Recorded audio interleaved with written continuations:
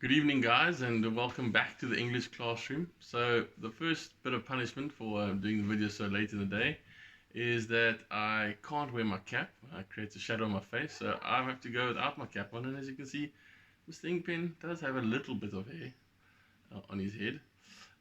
But yeah, welcome back to English classroom. And today this evening we're gonna have a look at suffixes and prefixes. Okay, and obviously suffixes are a group of letters or words that get added to the end of another word, and a prefix is something that comes before a word. So the word pre, the prefix pre already means to come before.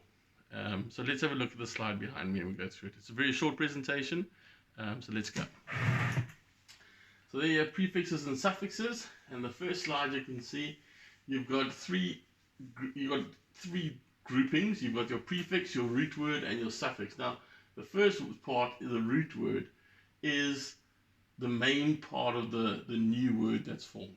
Okay, and that develops from a word, an original word. You'll see an example on the next screen. So it says the main part of the word, it forms the basis of a new word, and also called the base word. Okay, now you can see a prefix is any word or letters that are added to the front of the word to perhaps change the meaning of the root word. Okay, so it comes before the root word, and a suffix comes after the root word, and again it perhaps changes the meaning of the word or the tense of the word or the action. Okay, now I'll illustrate this in an example. So here you've got the word break. Okay, now that is obviously as you see it there, it's obviously a normal word.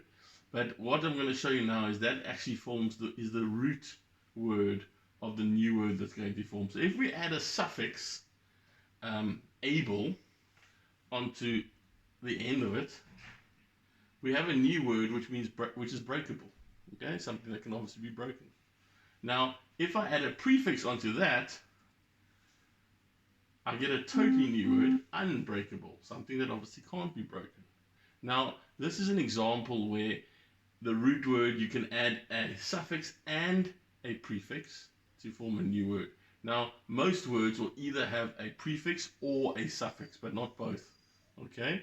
And if you have a look here, you've got a column for prefixes, you've got a column for suffixes. So prefixes come at the beginning of a word, and it changes the meaning of the word. Okay?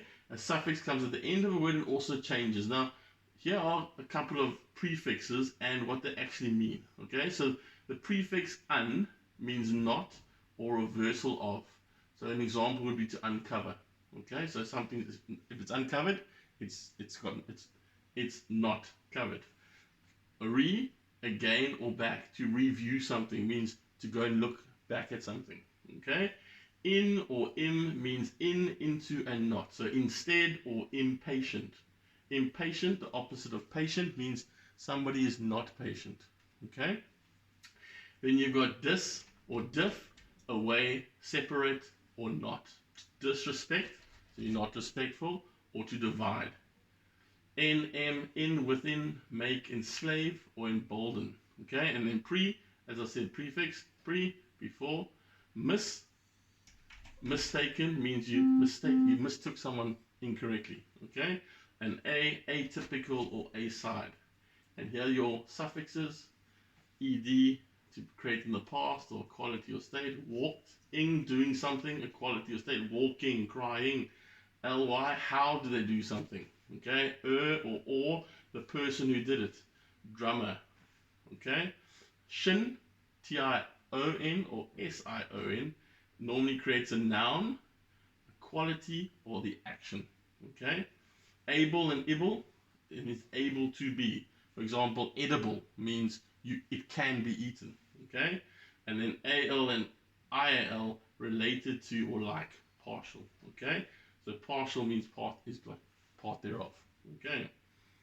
So there's some examples for you, some prefixes and some suffixes, and the meanings of the prefixes and the suffixes.